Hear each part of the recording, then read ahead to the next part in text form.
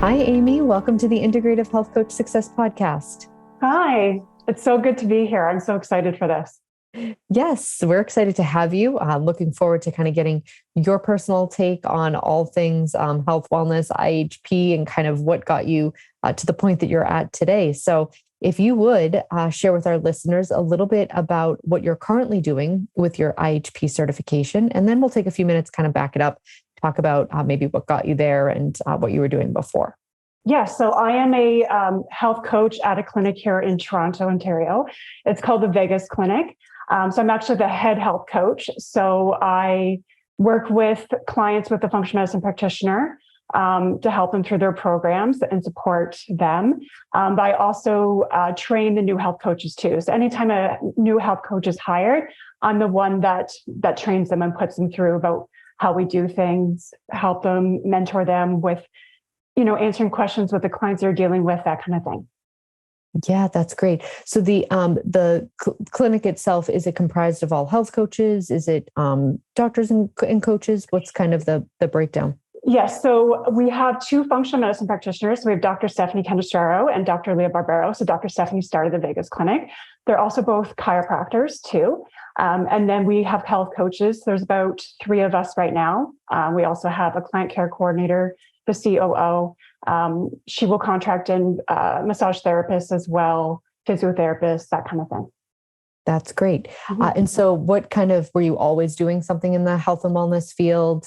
Were you, kind of always set out to be a health coach? What kind of got you to what you're doing now? Yeah, so I've been in the fitness industry since 2009. 2009 is when I started. So I worked for a large gym company here in Canada and worked a lot on the operations side, like memberships. I was like assistant general manager for a few years. And then I got more and more passionate about not just like signing people up. Like I loved like signing people up for personal training too, to help with that. And then I was like, you know what? I want to become a personal trainer myself. So then I switched over to personal training with that company. Eventually moved up along with that too, became an assistant fitness manager. Then eventually left that company, worked for a smaller personal training studio. So I've been in the fitness industry for quite a long time. Yes. Okay. Yeah. People who've listened to this podcast know that I also came from a personal training background, and so did Dr. Cabral. And yes, it's for me anyway, like I felt like I could get them kind of body transformation results as far as like the gym was concerned. But I was like, there's so much more to like health, wellness, yes, looking good versus feeling good. Right. And that was kind of what like drove me to learn more about nutrition, more about detail, and doing something like IHP is such a great, we have so many personal trainers that go through the program. It's such a great way to kind of complement and bring so much more knowledge to your personal training clients. Because now like you truly are like the full package. Not only can you help them with exercise, but everything else too. Yes, exactly. And even looking back with some clients too, when like they were doing their best, like their diet was so clean, they're coming in 3 times a week, they're doing everything, but they still cannot lose the weight, or they still have fatigue, or there's other things going on. And you eventually realize, okay, there's something out of my scope that's going on, but I just want to help these people. So that sort of led me into this too. Like you need to know more, because you are going to have those clients that are doing everything that they can, but there's something missing. So like, what can you do to help with clients like that? Yes. Yeah, absolutely. And in the same respect, right, having the personal training background and working in doing like the more health coaching stuff, you can kind of say, well, you're not doing any exercise. Like this is what would be, what would be beneficial. And you can kind of bring that expertise to the other side of things too. So it really is a great complement to each other. Yes, I agree. Exactly. Yeah. So tell us a little bit kind of what led you to the expertise that you have now, as far as before we signed on, you were kind of talking about the niche topic that you typically serve clients in the space that you're in now, which is mold and Lyme. Tell us a little bit about your personal story and kind of how that led you to where you are now. Yeah. So back in 2018, I started to develop some neurological symptoms. It was January 2018, they started, and it started in one of my legs. So I started to develop like drop foot numbness and tingling in one of my legs. Went through the conventional medicine route, had several MRIs done, saw different specialists. They couldn't find anything wrong. And within 8 months, it developed into over 30 symptoms. So neurological, lost 30 pounds, pretty much was almost like bedbound. Like I'm still trying to push myself to work, which didn't really help in the end too. I had to learn that I had to slow down and accept my reality of what was happening. So after that, so within 8 months of just being to so many different specialists and not getting an answer, basically they were treating me like, gaslighting me, basically saying that I was essentially making me feel like I was crazy and then pushing like antidepressants on me or anti-anxiety medications. And I was just like, I'm anxious and depressed because of these symptoms. Like, this is not me. I was not like this before. And thankfully, I knew Dr. Canestraro at Vegas personally through mutual friends. And she was like, I can help you. Like, I've been through something very similar to yourself. We can do these tests. Like, I'm telling you right now, I can help you. So I put my faith in her, and it was the best decision of my life. Like, she really, really helped me. And then it brought me to where I am right now, like working for the clinic as well. But yeah, so a lot of stressful things happened within my life within about 3 months, which I didn't handle very well. And with being exposed to mold, and my immune system just tipped the wrong way, and the cascade of symptoms eventually developed. So with Dr. Canestraro, we discovered that mold was an issue. So I was being exposed to mold, so figuring out where that was coming from. And then eventually I did testing through like Armin Labs for, Lyme and the co-infections, and that came back positive as well. So it was a lengthy process. Took at least 2 years for me to really feel like, okay, I'm back to myself. And we just had to chip back, those layers, like peel back the layers one by one to, get me back to optimal health.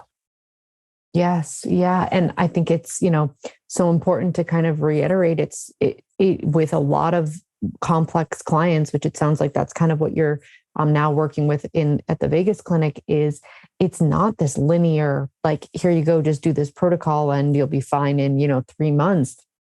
Sometimes once you get rid of one thing, another thing pops up. I call it whack-a-mole. Yes. You get one mole down and another pops up, and it's just kind of continuing to chip away at the most obvious thing that comes next before we've kind of eventually fully drained that rain barrel for clients, and really getting them, I think, to understand at the beginning that while, yes, you can help, right? Like, no different than the doctor said to you, like, I can help you, right? But this is not going to be like a 3-month fix and everything is better. Some clients are that lucky, clients that are dealing with surface issues. But for a lot of clients who even don't have a ton of symptoms, sometimes when you get rid of one thing, a few other symptoms pop up that weren't there before because, okay, we got rid of parasites, but then, that caused the release of all these toxins or this type of infection. And so now you have that to deal with, right? And so I think being able to relate to clients on like, listen, I was on a pretty extensive journey too, and look where I am, 2 years and I got my full health back, kind of encourage them to keep the faith in the process. Yes. And like I was a sensitive client as well. So I would react to everything. So you put me on something, I would react to it. So I had to learn to overcome that with my practitioner.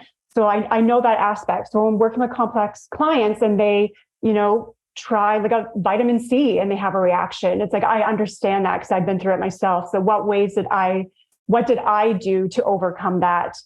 So it definitely helps. And I also do like majority of the discovery calls too at Vegas Clinic for, people that are interested in signing up with us.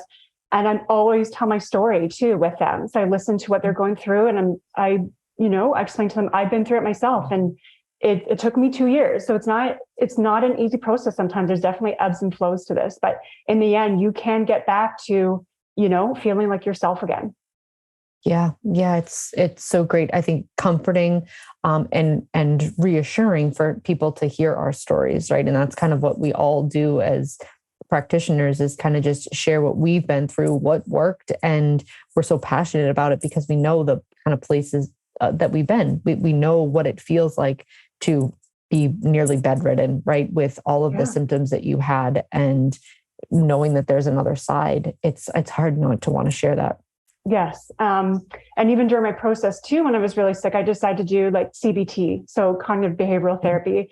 And that greatly helped me too, just to know how to like stop those like negative thoughts going down, this anxiety route of like, I have this, I have that, what's my life going to be? And I feel like that really helps me within my role too. I bring a lot of that into my role as well when people are having those negative thoughts and they cycle through that over and over again. I know what that's like. So I feel like that has helped me a lot too with the clients I work with, is how to get out of that kind of thing.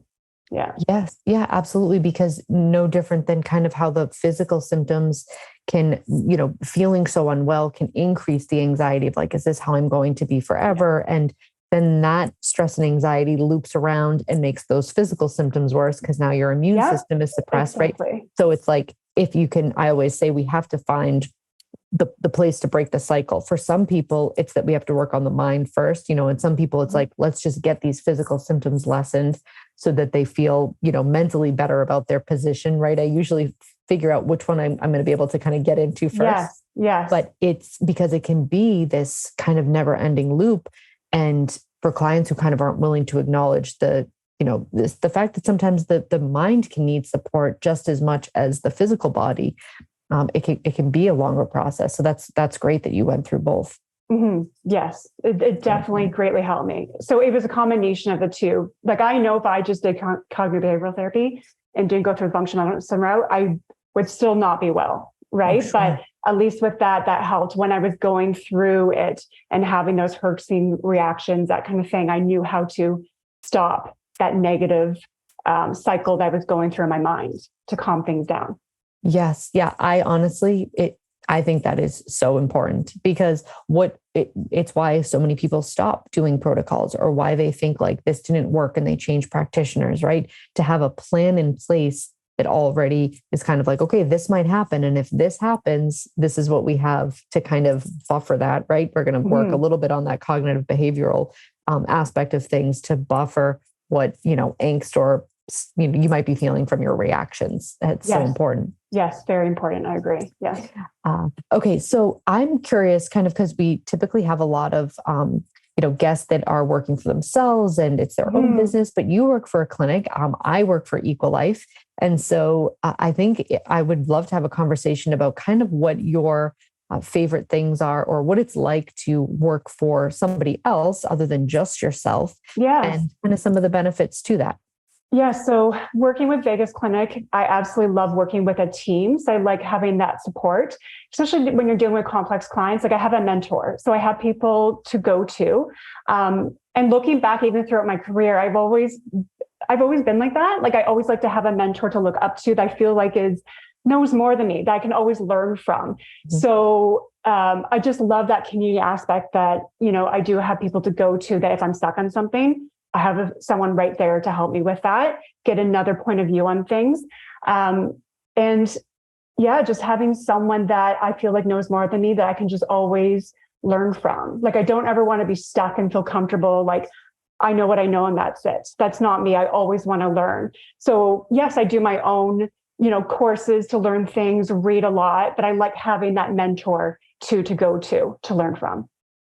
Yeah, absolutely. And I couldn't agree more. I've had the incredible pleasure of being able to kind of be with Dr. Cabral on his, whole for 15 years. I've been able to kind of learn from him. And that, people say to me all the time, like, oh, what did you do to learn about X? Or what did you, and sometimes it's literally just having conversations with him, Yeah. Even, you might be at lunch or you might be just standing in the hallway having a conversation and you learn something in that 5-minute conversation because you're in a setting with other people who are learning and doing just what you're doing. Yes. And it can be one for kind of a, I just love having connection. Connection is super important to me. And so if I were to be by myself, I think that there's benefits to that. But I think also just like knowing that there's other people that you're like kind of in it with, right, can bring a level of comfort and, ease essentially to your day. Yes. And like, even with everyone that works at Vegas Clinic, we have our own health journeys. Like we've all been through something ourselves.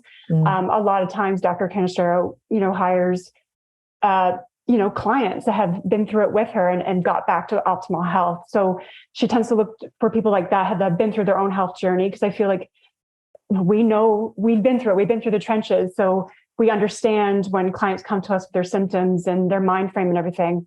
And that's another thing why I like, working with a team. So I work with people that have been through similar things as myself. So we have that connection. Yes. Yeah. And she's smart, because people that have kind of been through their own journeys tend to be the most passionate and the most, kind of driven to get clients results, right? Versus somebody that kind of doesn't know what it's like to be, and not that somebody who hasn't had their own health journey can't be a good practitioner, but somebody that has been there just has a different fire inside them, a different desire to kind of truly help somebody get well. Yes, I completely agree with that. Yeah. So what is there another aspect to kind of working for a another clinic or a business versus just yourself that kind of made you do that versus, going ahead and practicing on your own? So I learned through my own health journey that I'm very type A, I'm a perfectionist, and I'm very driven.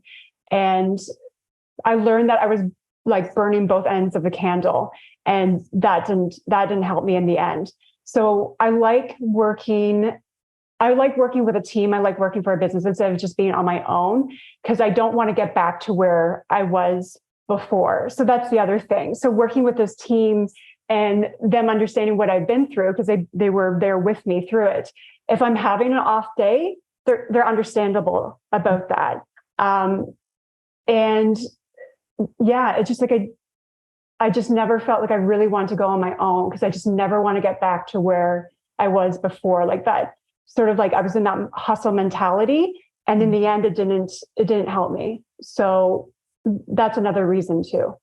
Yeah. Yeah. Because there's a kind of a level of, it being full responsibility when you're on your own versus kind of having the, little nest of working within a team of people, because kind of there's other people there to absorb, if someone is having a bad day or whatnot.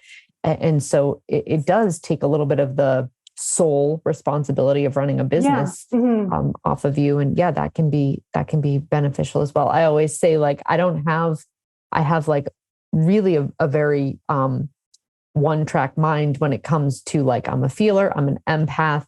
I just want to make people feel good, feel better, and kind of help them in that sense. And like, if you were to give me like a tax sheet, I'd be like, what the heck? I can't, like, numbers. It's just not my thing. Yeah, that's definitely not my thing as well. Yeah, it's just the stress with that, like setting up your own business, the numbers, that kind of thing. Like, my husband is the numbers person. I'm not. I'm like the artist, like the creative person. Yep.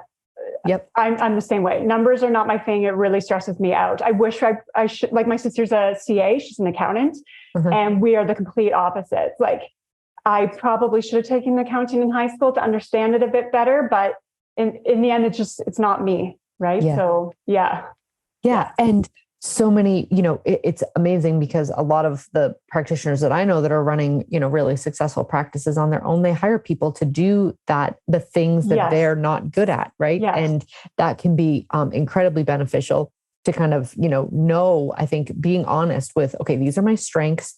These are my weaknesses. This is kind of where I would need help, and figuring out like where you fit into really just bringing as much of this knowledge to other people as, you possibly can. So do I work for a clinic? Do I work for myself and hire somebody to do the math stuff and the business aspect, and I think too, to your point earlier, that's where having a mentor can come into play, of having somebody that either started their business on their own and can kind of support somebody, or say, listen, I really liked working in a clinic, and this is what, benefits I got from it, so that we can all kind of find where we fit best. And I'm extroverted as well too. So I need people around me. Like, I need to have those people I can talk to every day too. So that's the other thing. I'm very extroverted. So I need to have a team. I do. I definitely need to have a team around me. Yes. Yeah. It's so funny, because I was just having this conversation with somebody, because I would not call myself an extrovert. I am very introverted in the sense that, like, I gain my energy from being alone. But when it comes to like my people, so people that I know understand kind of what my passions are, whether it's my family or whether it's coaches, I become an extroverted introvert. Like Yes. I'm an extroverted introvert. Yeah. And I feel like, okay, you're my people. You know my language. You know what makes me tick. And then I become very extroverted. No different than kind of with doing these podcasts. I kind of know that a good majority of the people that are going to come on here are just going to be people that I connect with easily. And it's interesting because I feel the same way. My team is all virtual, our Equal Life team. And when we went to the IHP event last October, it was the most emotional experience because I was like, oh my gosh, I'm hugging the people that I talk to constantly that I feel like I know, but how is it that I've never even like met them, hugged them in person, right? And when we all were in the same room, it's crazy how just that energy, right? And I'm kind of tying it back to what you said, that energy can be super motivating when to just be around every day. Yes. Yeah. Finding the people that fuel you basically instead of sucking the energy from you. So definitely finding, your group of people that definitely fuel you in that sense. Yes. Yeah, absolutely. And so when you're in the clinic and you're kind of, so you're a health coach and there's a few doctors. So is your role, tell us a little bit about kind of how your role ties into, what might maybe the doctor, the doctors are doing one thing and the coaches are doing another thing. Give us a little bit of, if somebody's listening and they're like, oh, that does sound interesting working for somebody else, maybe they can kind of, be looking out for a similar type of. So we're virtual as well. So we're virtual as well. So we work with, people all across Canada, North America, the US, and a lot of people in Europe as well. So the way it works is, so when clients come to us, they sign up for a program. And in that program, you have a functional medicine practitioner, and then you also get a health coach. So we're integrated within that program. So they have appointments with their functional medicine practitioner. They get the testing done. The practitioners analyze it. They come up with the plans, like the protocols. And then I'm there to support that client through the protocol, through their plan.